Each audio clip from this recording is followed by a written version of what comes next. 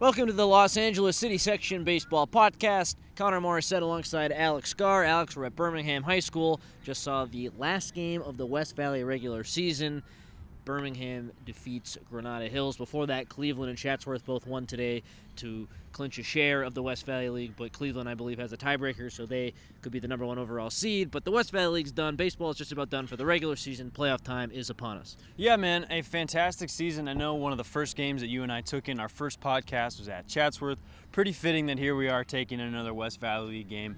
Really a fantastic season all the way through. Ups and downs. We finally got, as the season came towards a close, we got a little bit of clarity, but there was almost a four-way tie for first place in the West Valley League. So things were absolutely crazy. I hope you enjoyed your first baseball season out here in LA. Absolutely. You mentioned four-way tie. The Marine League was a three-team tie at the top there. It's been a crazy, crazy season. So we're going to try to break it all down. We have a top 10, our end-of-the-year top 10. Then we have, we're going to give you the 12 teams that we think will be in the Open Division. We collaborated a little bit during this Birmingham game. And then we'll go through some D1 thoughts and kind of wrap it up. So this is more of a playoff preview podcast than a season in review podcast, just because if you've been following this baseball season in the city this year, it would be going on for 2 hours with all the ups and the downs. So instead of looking back at it, we're going to look ahead. At 10, we've got Pauley. You've taken them in a little bit. We've seen they played at Verdugo Hills earlier this week. They got the win, so kind of a big statement there for their league. They got to win and take care of business there tomorrow, but looks like they're probably going to win league. For now, I think Open Division for them. Yeah, I think they're going to be one of those final Open Division teams. So we got Pauley at 10, then at 9 we have San Fernando. After that sweep of Kennedy last week, it kind of took all of us by surprise a little bit. Oh boy, San Fernando. Well, they absolutely did what they had to do. They swept their week, so they finished winning that Valley Mission League. San Fernando's not going anywhere.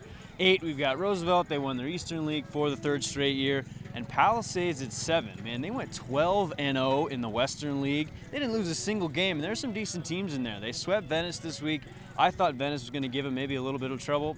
Turns out, not so much. So I'm wondering, I know Palisades League is quote-unquote, weak a little bit, but could they potentially sneak into a bye in the city section for an Open Division because they've dominated their league? I know they've had some wins. They've also had some losses to some teams, so maybe the committee will look at that and keep them out. But do they have a chance at a bye because they've done so well in league? Well, here's the thing. The CIF selection committee, they're going to sit down, I think, this Monday, and they're going to talk everything out. So they have an idea. It's based mostly on the teams that you played, your record, but then also the schedule that you played. So Pally played some pretty tough teams. I think where they might sneak into a bye is because things got so crazy.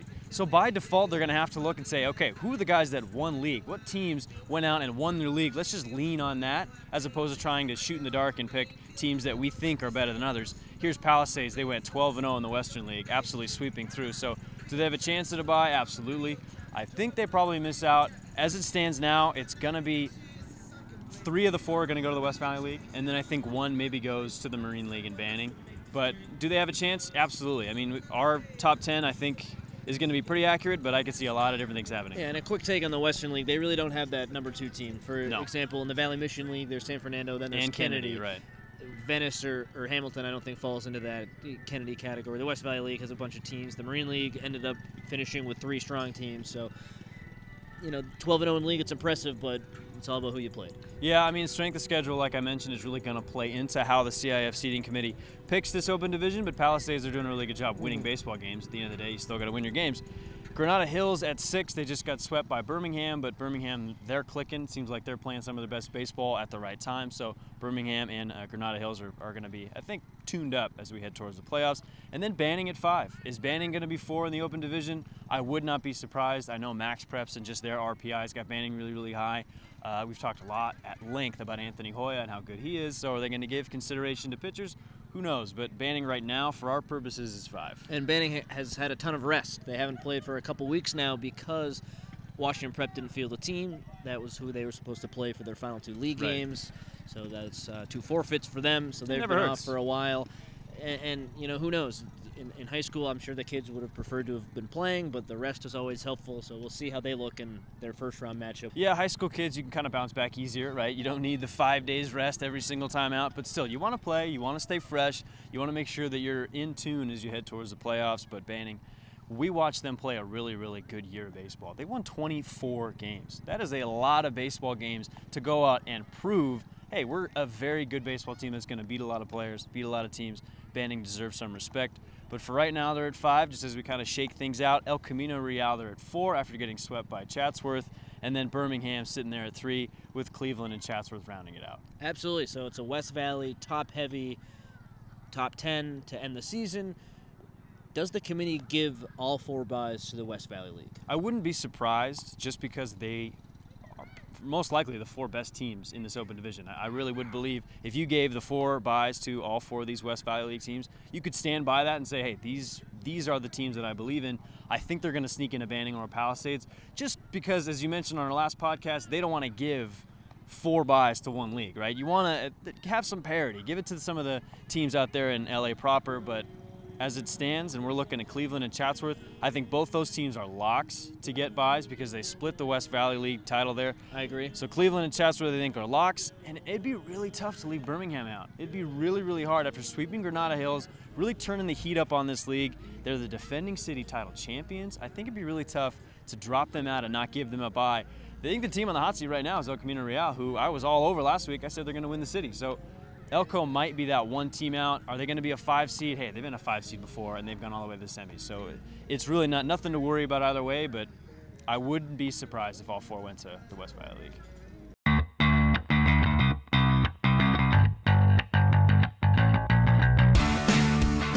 So, Alex, outside of the top 10, we were pretty certain that there was one team who was clearly going to make the Open at 11, which was Kennedy. Right. And then there were 3 teams for one other spot, and we'll break that down in a little bit. But Kennedy at 11, we both have them there.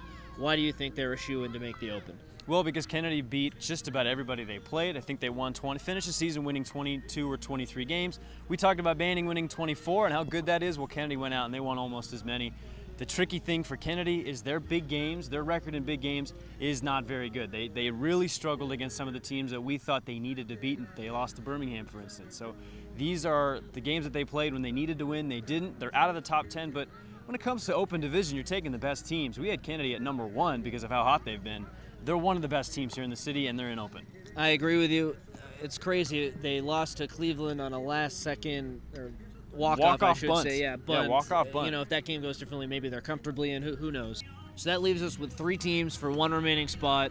And the 3 teams, Carson, San Pedro, 2 from the Marine League, and then Taft.